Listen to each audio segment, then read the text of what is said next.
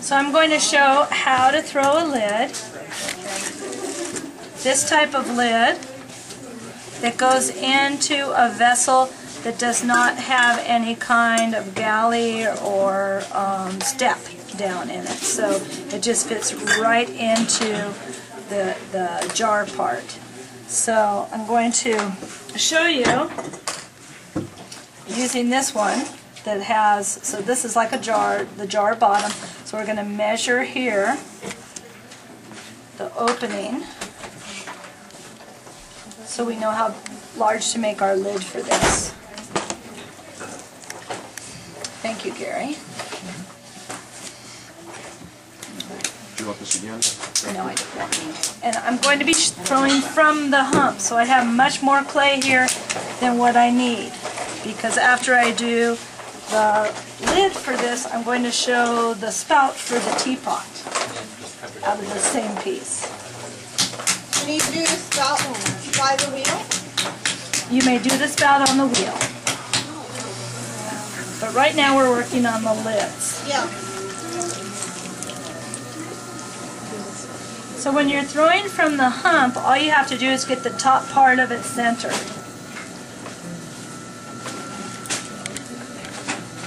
That's the best part. It's so nice. So then you want to start with the mass of clay larger than what you want. So this is going to be the flange part. So we can see here we don't have it large enough yet. So I'm going to show you how to go about getting it larger. We're just going to press down. It's just like we're centering down. So we have a wider piece to work with. And that's more like it.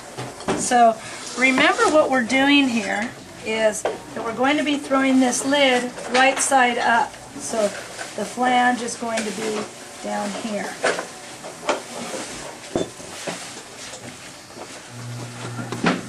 So we designate when we're throwing off of the hump the part of clay that we're using so we know where to wire it off later. So I'm designating this part as my lid. So now what we need to do is we're just going to open up the mass of clay and then open up the base of it. And then we want to pull up this part right here that's going to be the flange. So we just pull up a little bit like that. That'll be the flange. And we want to remeasure to make sure it's still a little bit wider than what we need because we can always cut some off later. Then we want to get this part of the lid, the rim part that comes out. So in order to do that, we're going to put our left hand underneath this little protrusion and press down with our right finger so that we create the rim. And now this part is going to be closed up and we're going to make our knob with that. So we bring it up and in and close it off. What was your question? Before you hold and close that, wouldn't you want to measure the interior as well as the exterior to make sure you've got enough thickness to carve the... You don't need to. You just need the outside thick. You just need the outside diameter. Just like that. Just like that. Easy peasy. It's one of the easiest lids to make. I know I said that about the last one too.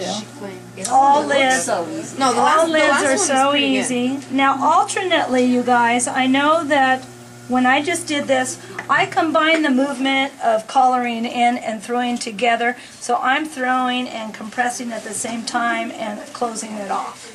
But if you can't do that, which I encourage you to learn how to do that, so you're putting more pressure on the outside hand as you do that and yielding with the inside hand. But if you can't do that, you're going to collar up, throw, until you do finally close it.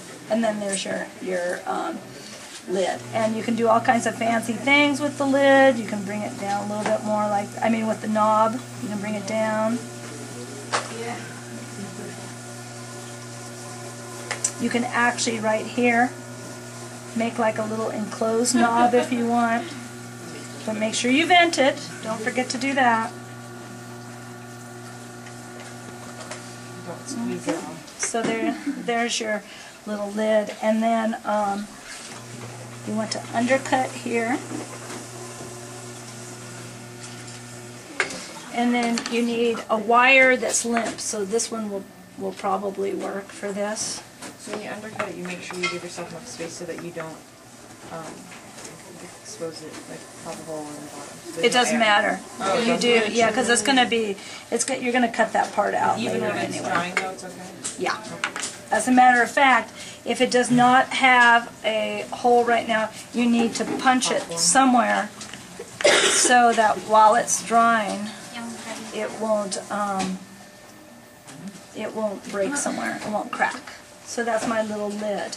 So there's a hole in the bottom. There's no hole in it right now. No.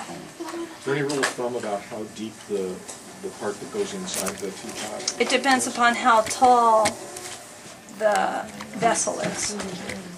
Anything in terms of how it pours and when it This starts is to fall not out? the best lid for a teapot because it's a high profile, but I still do these. But you don't want to do a real fancy tall one because it doesn't have a low center of gravity. But you'd be better off with a deeper part on the bottom. On the that sinks flange, inside. yes. Yeah. Do you want to tie off the? Can you what? Can I grab you a disc towel? Yes, please. Grab me a disc tire. So what if I do that to make a casserole lid, since it's 9 inches, the flange part is 9 inches across, I still have to. You're I still going to have- start by almost making a plate.